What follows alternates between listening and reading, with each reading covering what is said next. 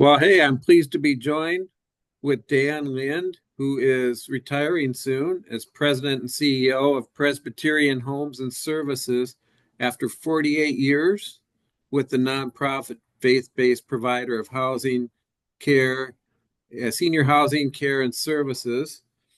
Um, During Lynn's tenure, Presbyterian Homes and Services has grown to become the third largest nonprofit provider of senior housing and services in the nation, providing care to more than 27,000 older adults through PHS affiliated communities.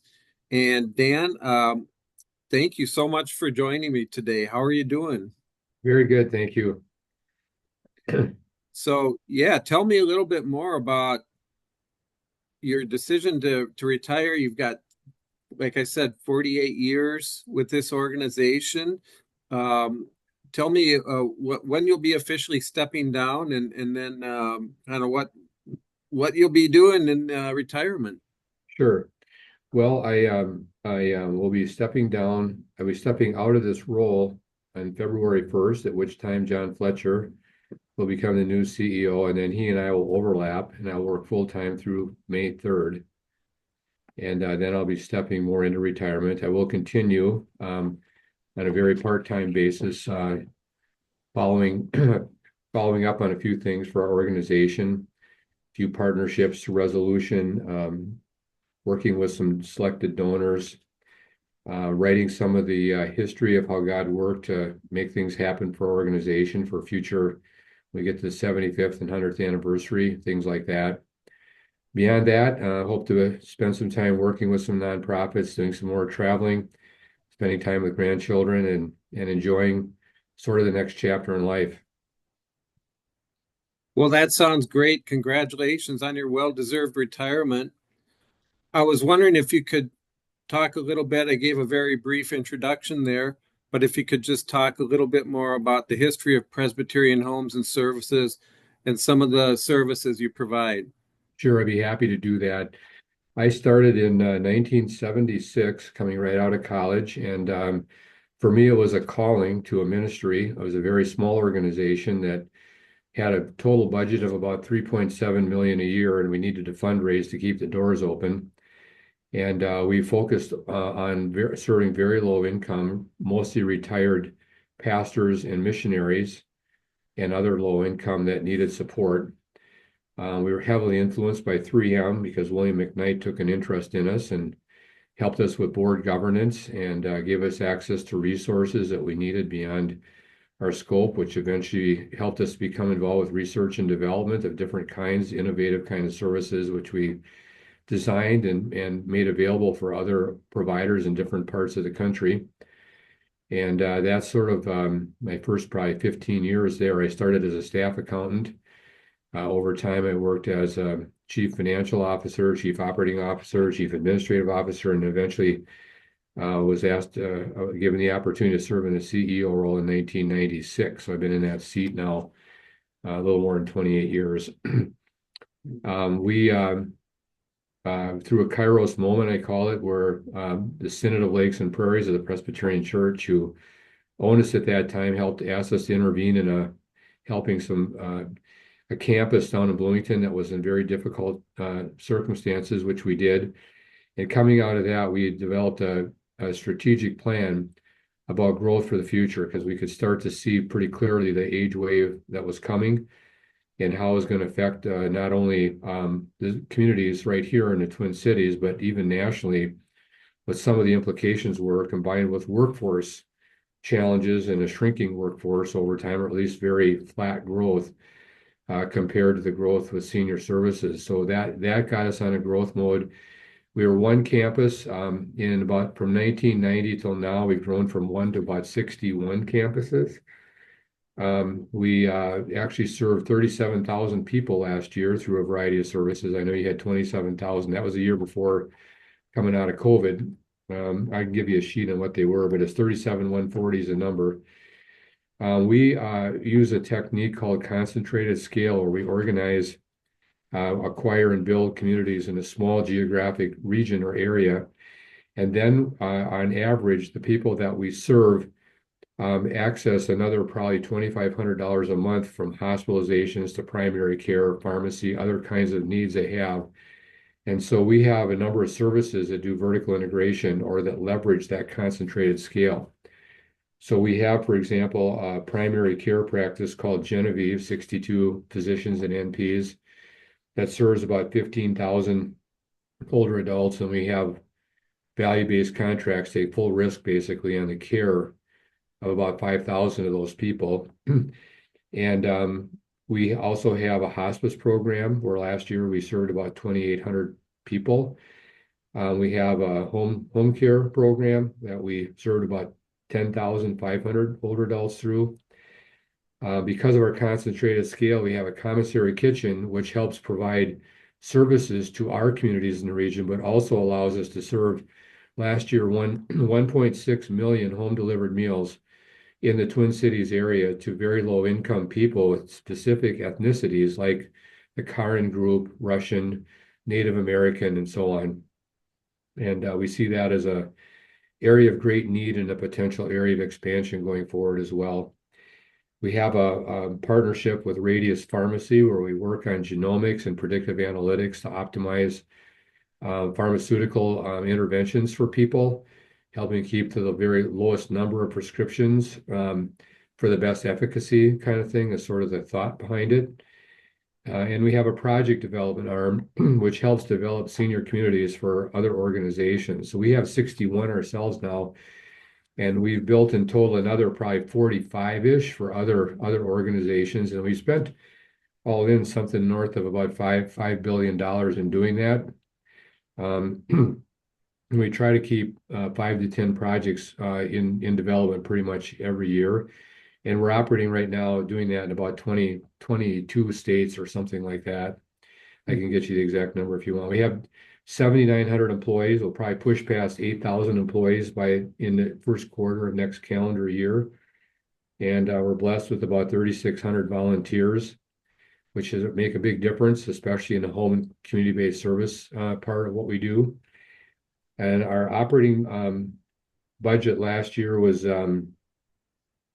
our budget rate of 690 million, with about 613 million on balance sheet and another 78-ish in partnered projects where we're 50-50 with different organizations or entities. We have about $2 billion in assets on balance sheet, another 400 million in our partnerships, and we've been blessed with an endowment fund now of about 110 million, which we're trying to grow. And we provide about 6 million in benevolence for low income people every year. And one more comment I'll make, our approach to mission is that 20% of everything we do is for very low income.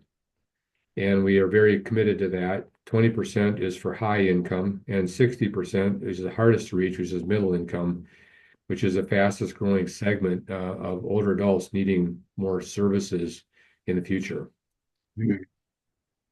And what are some of the biggest challenges to meeting those needs? There are a lot of challenges in the financial markets now. People have been talking about that. What do you see as some of the biggest challenges as well as opportunities? Sure. The opportunities, I'll start there, are big because the populations that we serve, particularly those needing care, memory care, certain kinds of congregate housing, the demand for those is going to double in the next 15 years, plus or minus. And that creates enormous opportunity of all kinds.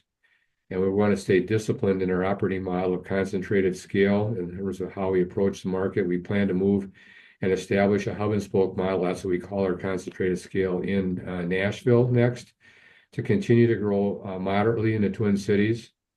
And then to build out the rest in Milwaukee, that's another primary area. We've built 6 campuses there and want to build 6 more. And construction costs are and the ability of contractors now to build on a timely basis has been challenged because of workforce. And so that's definitely a factor for us. But the overarching biggest issue, though, however, without any question in my mind, is workforce.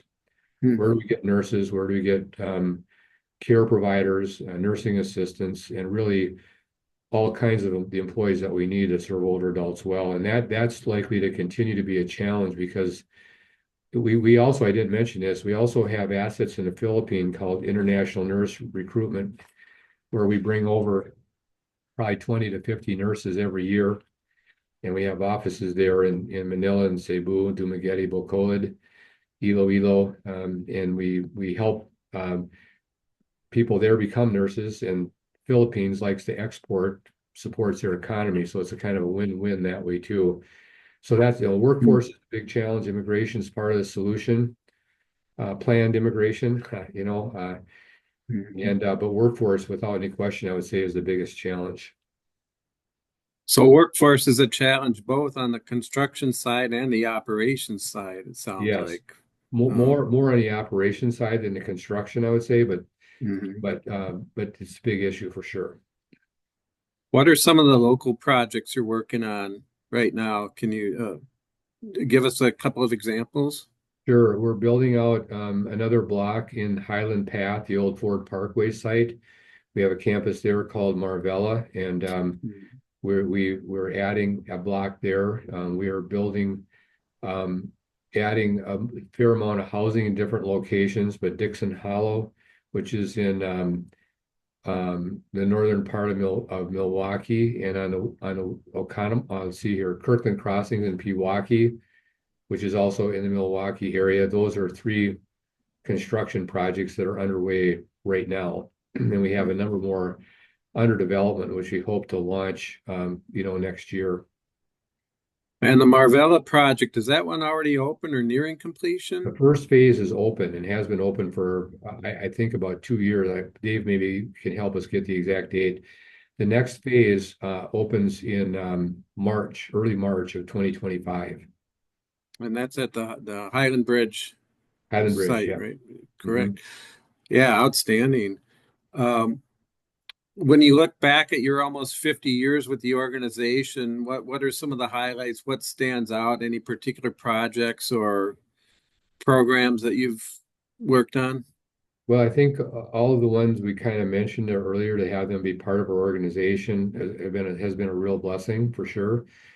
And to be able to have the vertical integration, the partnerships with hospitals and other providers, and numbers in the Catholic community, really, and some other churches that we've partnered with. Those sort of stand out, I would say. And really seeing people's lives impacted in positive ways has always been a highlight for me, whether it's employees and giving them a chance for career growth.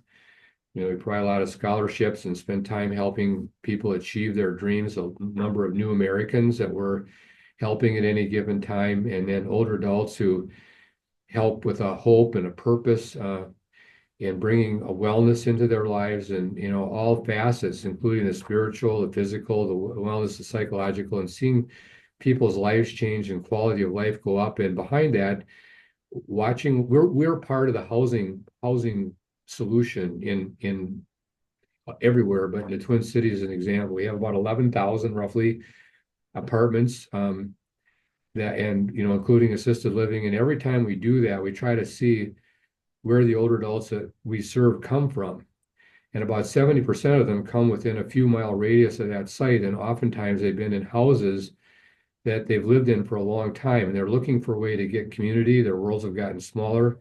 They want access to care. They want to be planful. But behind that, when they move, we'll often see younger families move in, or those houses be used to bring vibrancy to communities. And watching that occur, over time has been a real highlight too.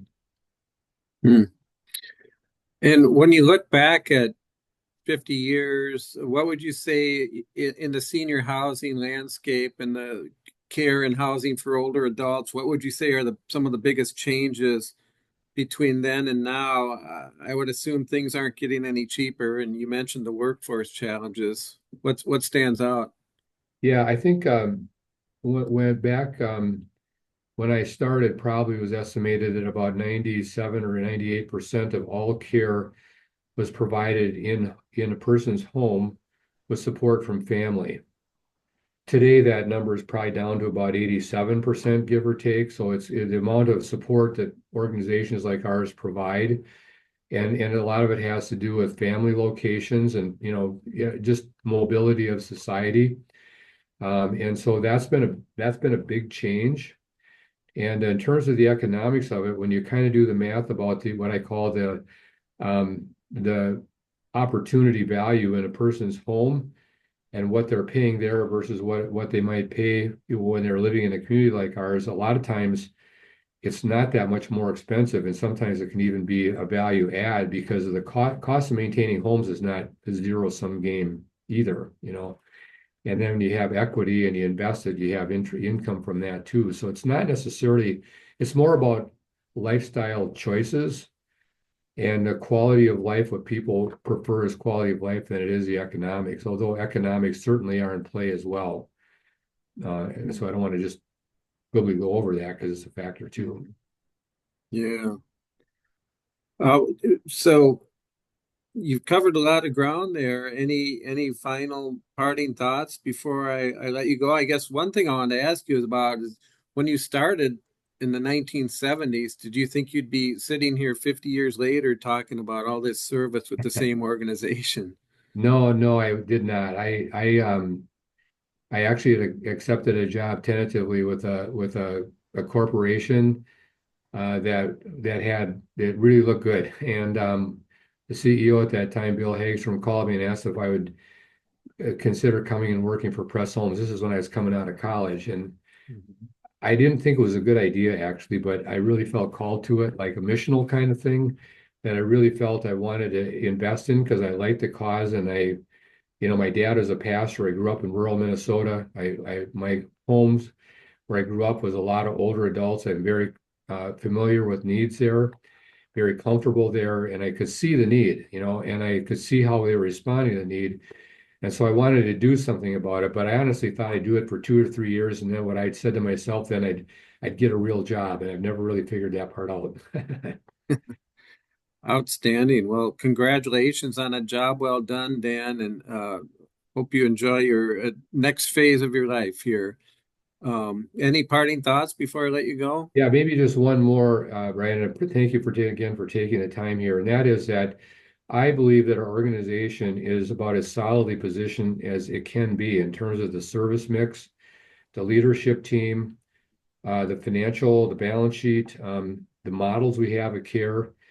And I'm very confident in Jon Fletcher, who's grown up inside the organization, worked with our project development group. He's really a great leader. And this organization, I like to say, is positioned to at least double in size in the next 15 years. I can say that aggressively because I won't be here to do it. But I really think we're well positioned for the future. The societal needs are great, and we really want to be part of the solution. We want our organization to be part of the solution. Outstanding. Well said. Best wishes to you, Dan, and wish you a Merry Christmas and a Happy New Year and a happy retirement. Yeah, Hey, thank you, Brian. And let me just say thank you to you too. We've kind of followed your work over time. You do a great job, and we appreciate you and your perspective and how you report. So it's great to spend a few minutes with you here. Appreciate it, and wish you the best for Christmas and New Year's too. Well, thank hey, you, Dan. Appreciate that. hey, All right. Brian, just one last point. Our first Marvella building opened up in November of 2021. Okay, So, great. Thank you for that, Dave. okay. Appreciate that. All right. Well, thank you again, both, and have a great rest of your day. Appreciate it. Yeah, thank you. You too, Brian. Yep. Take care. I know. Bye.